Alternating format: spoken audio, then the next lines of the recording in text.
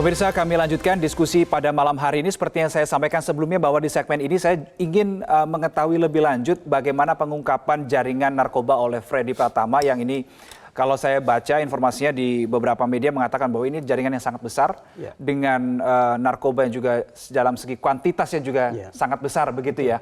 Nah, saya ingin ke Bang Jedi dulu. Apa sih sebenarnya menjadi kendala utama untuk pengungkapan peredaran narkoba oleh Freddy Pratama ini? Problem utama yang kami hadapi teman-teman penyidik di Barreskrim adalah posisi Freddy Pratama. Posisi Freddy Pratama berdasarkan data perlintasan yang kita dapatkan itu saat ini adalah berada di Thailand. Nah, sampai saat ini? Sampai dengan hari ini. Nah, seperti yang kita ketahui, aparat penegak hukum yang ada di Indonesia termasuk Polri, itu tidak memiliki kewenangan untuk melakukan penangkapan di negara lain.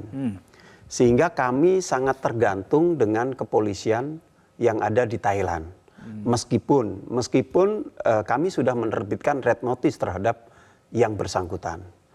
Tetapi kami terus berkomunikasi dengan teman-teman yang ada di Thailand. Responnya bagaimana itu dari kepolisian Thailand? Mereka menjanjikan sepenuhnya, Pak, kita akan bantu sepenuhnya untuk bisa membantu kepolisian Indonesia melakukan penangkapan terhadap Freddy Pratama.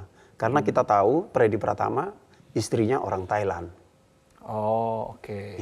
Baik. Ini yang juga menjadi salah satu kendala ya. Tapi bukan tanpa solusi dong artinya? Pasti. Tetap kita terus berupaya dengan teman-teman kepolisian di Thailand. Bagaimana bisa melakukan penangkapan terhadap Freddy Pratama. Kalau kita mengikuti informasi pemirsa, beberapa waktu lalu juga kepolisian melakukan rilis begitu ya, ada banyak sekali tersangka yang dibariskan begitu, ini seperti di belakang saya. Informasinya 2 di antara para tersangka ini adalah kaki tangan dari Freddy Pratama, betul? Betul ya. Itu bagaimana mengungkap atau memetakan 2 orang ini? Apa keterkaitan satu sama lain ini? Dari pengungkapan yang sudah dirilis beberapa kali di Mabes Polri, pertama oleh Bapak Kabar Eskrim, kemudian yang kedua oleh Pak Wakabar Eskrim selaku Kasatgas.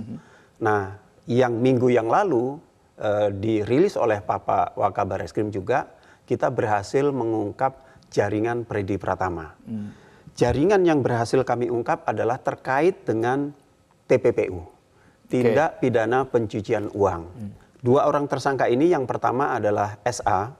SA ini adalah berperan untuk menerima hasil bisnis narkoba yang dilakukan oleh Freddy Pratama, kemudian diinvestasikan dalam bentuk tanah dan bangunan, dalam hal ini properti, kemudian dalam bentuk perusahaan. Itu pergerakan uangnya bagaimana itu? Transfer, cash, atau seperti apa deliverynya? Ada sebagian dalam bentuk cash, kemudian ada sebagian dalam bentuk transfer. Keberhasilan yang kami lakukan ini juga berkat bantuan dari teman-teman PPATK. PPATK terus support kepada Satgas ini untuk bisa membantu mengungkap jaringan Freddy Pratama yang ada di Indonesia. Itu yang SA. Kemudian satu lagi yang N. N juga berperan sebagai kurir ketika mereka menjalankan operasinya di daerah Yogyakarta. Kemudian berhasil kami lakukan tracing, dan asetnya juga berhasil kami sita. Dari 2 orang tersangka ini kemudian total aset yang kita sita itu bernilai sekitar 71 miliar. 71 miliar rupiah? Betul. Total asetnya? Total aset khusus yang 2 orang ini saja. Dari 2 orang, dari SA dan N? Betul. Yang merupakan kaki tangan dari Freddy Pratama. Itu ada SA dan N ini apa hubungannya dengan Freddy Pratama? Sudah sampai sejauh itu belum? Kalau SA ini istrinya adalah kakak adik dengan istri orang tuanya Freddy Pratama. Baik. Mereka ada hubungan keluarga, kemudian kita bisa berhasil tracing asetnya, kemudian ketemulah tersangka SA ini. Dan kita sudah lakukan penahanan di Mabes Polri. Ketika ada kendala seperti ini, Pak Syarif, kan saya yakin pasti ada sinergi ya antara pihak kepolisian, tadi juga ada PPATK, kemudian peran dari Bea dan Cukai seperti pada saat ini seperti apa, Pak Syarif? Bisa dijelaskan? Baik, terima kasih. Jadi kami dengan Satgas ini melakukan kerjasama selalu, Pak ya.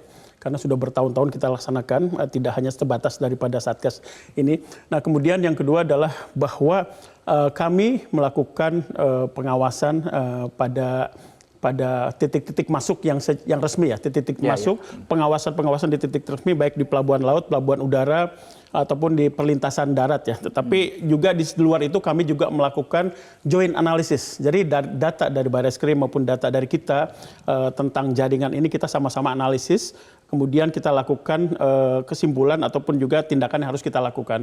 Jadi joint analysis kita lakukan bersama, kemudian joint operation juga kita lakukan bersama, dan kita juga melakukan kerjasama juga dengan custom dari negara tetangga kita. Kita berkomunikasi dengan teman-teman dari custom Thailand maupun dengan custom Malaysia dan Singapura untuk membantu memecahkan kasus ini. Nah, juga. Komunikasi dengan custom dari Thailand seperti apa? Karena tadi posisi terakhir di Thailand, Bang Jayadi. Bagaimana, Pak Syarif?